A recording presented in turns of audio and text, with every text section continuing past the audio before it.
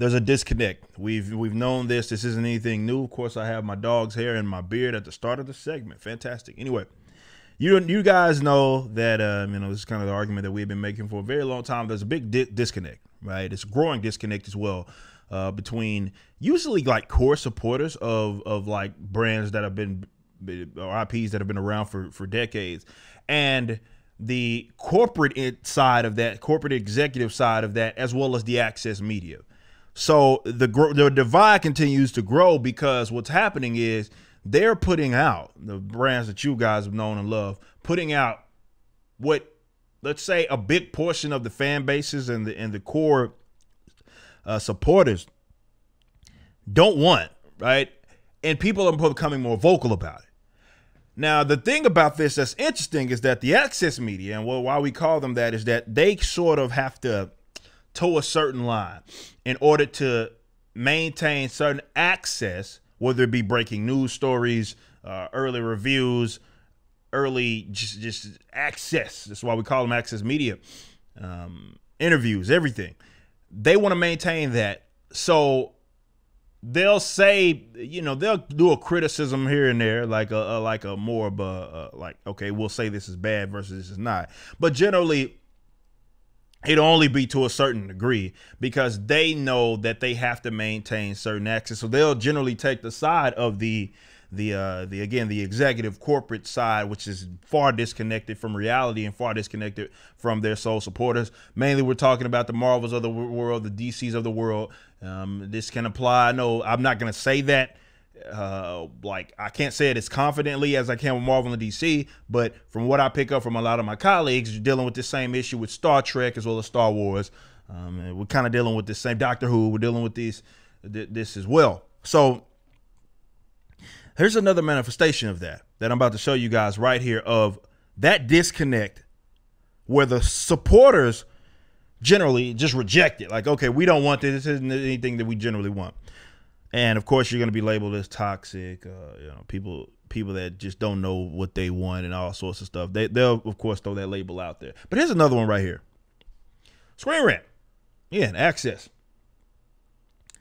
Had an interesting thing to say about a person that, and this didn't say that everybody at Screen Rant's dog crap. I don't want to, that's not what I'm saying.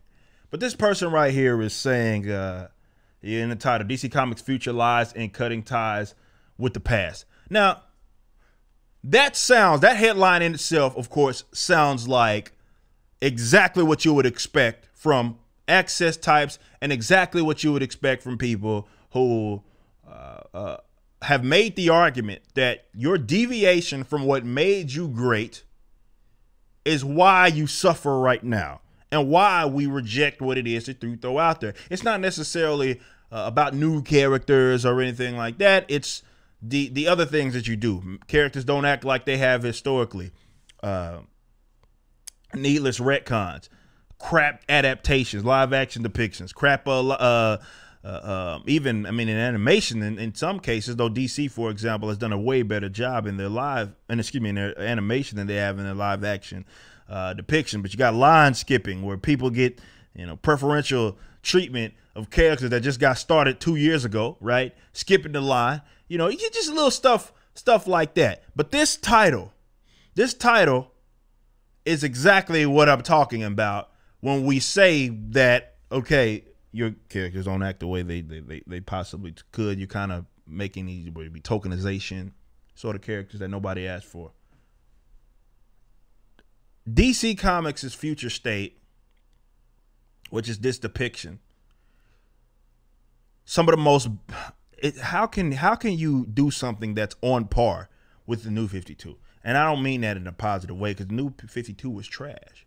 But every now and then, DC will, they kind of picked it back up, rebirth. Then they go into this future state thing, which of course wasn't really part of the main. It wasn't supposed to be, at least not necessarily connected to the main universe, if you will. But what it was basically DC's all new, all different Marvel, making the same mistakes. This right here, I believe, is the non-binary Flash. Here, so yeah, you got all these kind of weird tokenizations of these characters. Well, let's just know what they had to say. DC Comics has succeeded in telling superhero stories with a unique mythic tone for several decades now. Leaning into godlike characterization of heroes like Superman, Wonder Woman, Aquaman, and the Flash, and heroes of DC Comics continue storytelling legacy that dates back to antiquity. However, with the success of an everyman approach to superheroes from Marvel Comics, the mythical elements of DC Universe begs a question: how can it persist in the future? Recently, DC's Future State event, the publisher provided a welcome change. Welcome according to who? Leftists that don't read comics. Like, see, they say stuff like that, welcome change, because what it does is it validates, and that's really all that it does. It validates the position of the weirdos.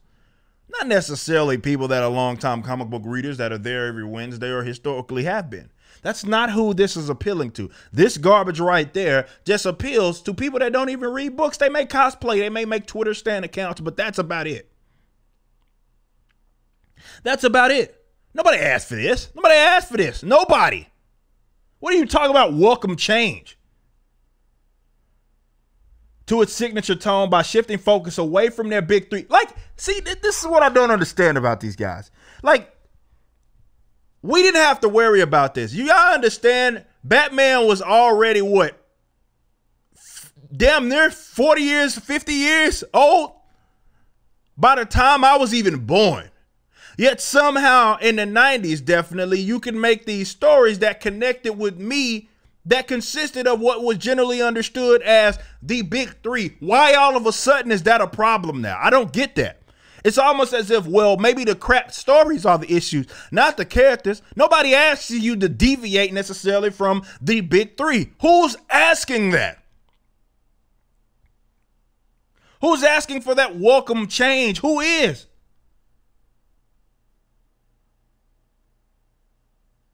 Who is asking for shifting focus away from Batman? The sales don't even indicate that. No, who's asking for that? Nobody. Only people that are impressed by that and are asking for that. All right, let's say this. No, we can't say nobody. But people that don't read books. And turning to flesh out the worlds of new and supporting characters. And I'm so sick of having to say this. Guys, these are not new characters. I'm gonna try to remain as calm as possible on this particular segment. Same thing that I made with Marvel, having like a Black Gambit or Karen cut Cyclops. Karen Klops. That's not what a new character is. It's like the Twitter weirdos say, y'all dislike Miles Morales. It's not that y'all actually want new characters. Newsflash, crackhead. Miles Morales is not a new character. I understand that he's y'all's favorite tokenized character. I understand you put a black person in Jordan 1s and a Spidey suit and you loved him. I understand it. That's not a new character. That does not constitute for a new character, okay? A guy with the Flash symbol, not understanding what he is, or rather having different pronouns more so, does not mean that that's a new character. Race swapping a character isn't a new character. Sexuality swapping a character isn't a new character. Gender swapping a character isn't a new character. Those are not new characters. Those are tokenizations. You are swapping what we already know, and what we already know is to be established, and you're just changing. You're either color changing, palette swapping, gender or sexuality changing. Those are not fleshing out new characters. It's not a difficult thing, right? It's not a difficult thing. You see this right now in anime and manga, independent comics, where characters not attached to the DC and Marvel brand. Those are different characters. You can easily do that with DC and Marvel. You just choose not to. But race swapping or palette what already exists. We know this symbol right here, right? That symbol right there. We know when we've seen it done already.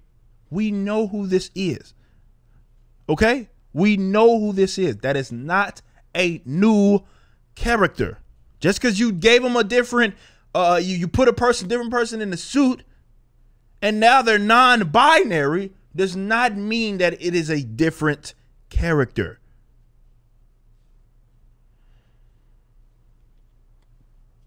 By doing away with these tried and true method, emphasizing the godlike qualities of the hero, DC created a more democratic vision to their universe.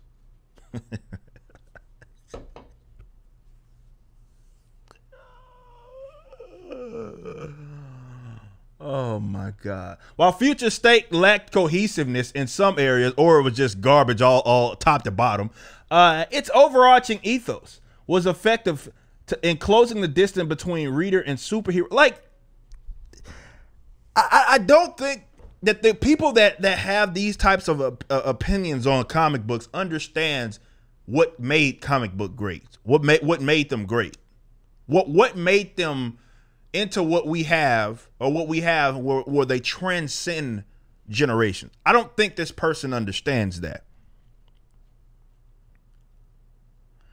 Heroes became much more tangible figures to readers than larger than life deities. Oh my God.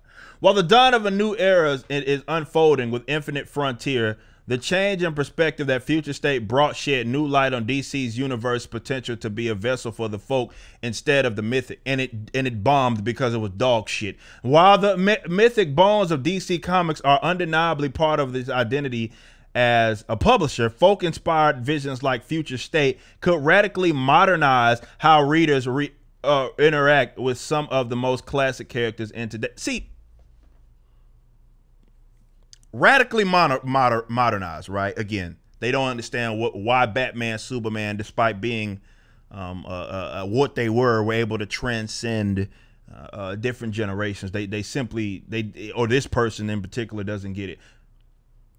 What makes a superhero folk instead of mythic ultimately lies in how creators characterize them to the reader. Folk heroes are much more likely to be regular people from humble origins inhabiting worlds that are more or less similar to the readers, dealing with the problems readers experience in their own lives. Think Spider-Man. Mythic heroes, on the other hand, possess a level of moral elevation above the reader that makes them awe-striking figures to be admired rather than directly related to.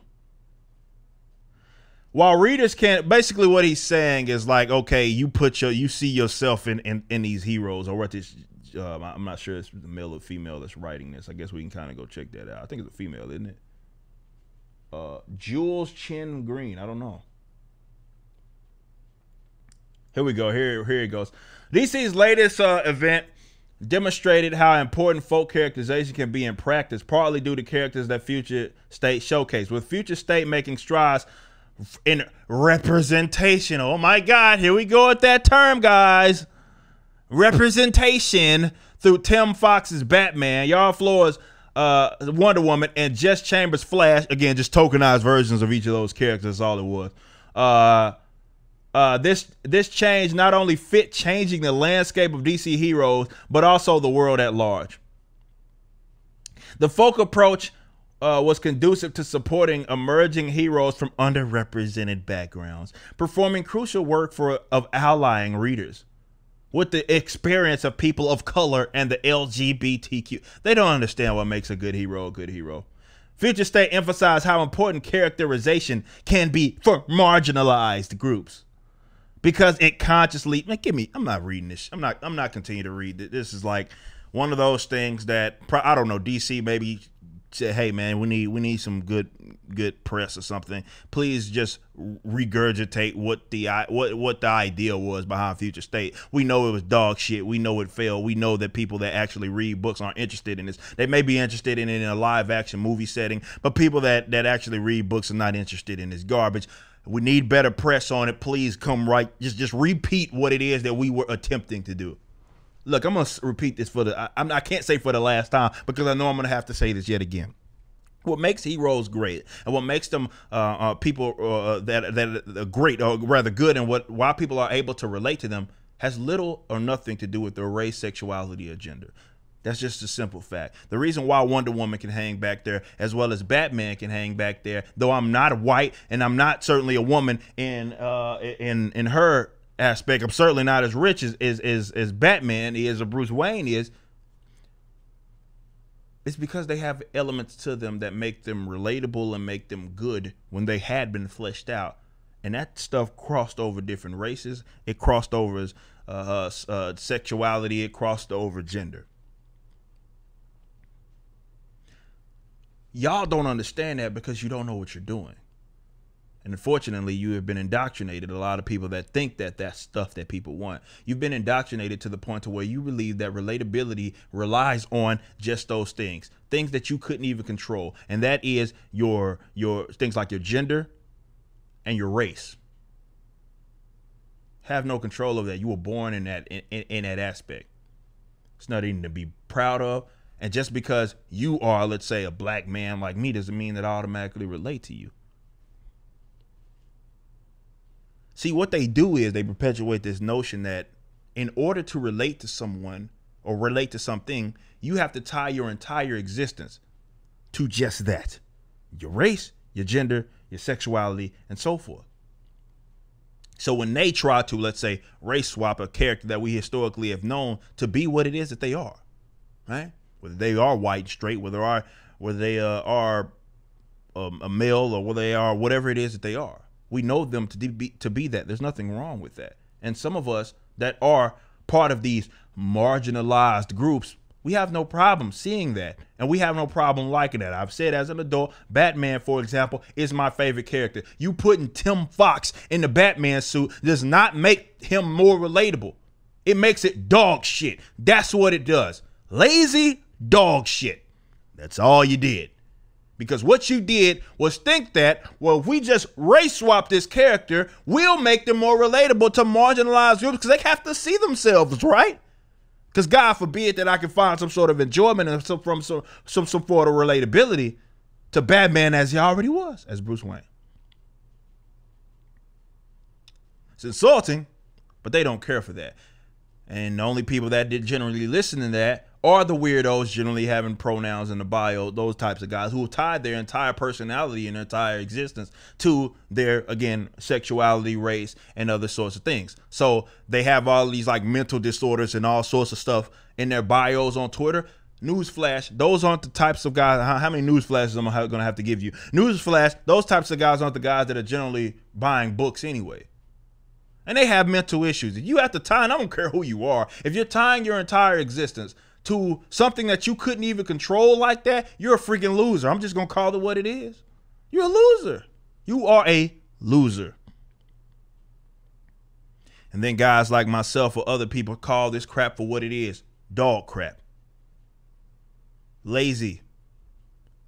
These guys are talentless hacks, writing in forms of activism. They have no idea what it is that they're doing. They have no idea how to make even a new character. See,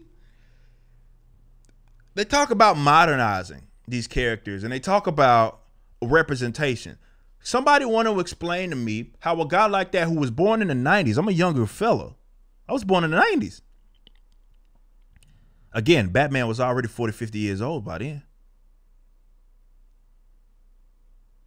So to explain to me why they didn't have that in the 90s, obviously we know produced some of these classic depictions of these characters. What we know these characters to be crossing over from comics to, let's say, in a live action or cartoon animation. That's where you got Batman. That's when you got that you got X-Men, the animated series. All that stuff happened in the 90s. And a lot of us grew up on that. That was part of our childhood and we enjoyed it. Yet it was generally accurate depictions of these characters. It got a lot of us into comics. So why did we not have that problem despite these characters being from generations before? Right? I talk about Crisis on Infinite Earths, for example, being my favorite crossover. I know it being the first big one, but being my favorite crossover event. I wasn't born then. So explain to me why that can transcend generations. Yet all of a sudden moving into now, we have this big issue. We have this big issue. Oh, well, these characters are so large. And why didn't we have that problem? Batman didn't come from my generation. Why didn't we have that issue? It's almost as if you don't know what it is that you're doing. And they don't want to admit that. I know people at DC don't want to admit that.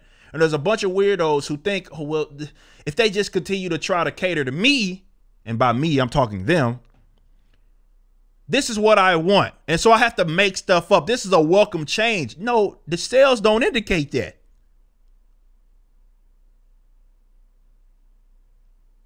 Why do you think that anime or manga in the West is growing when those are just Japanese comics?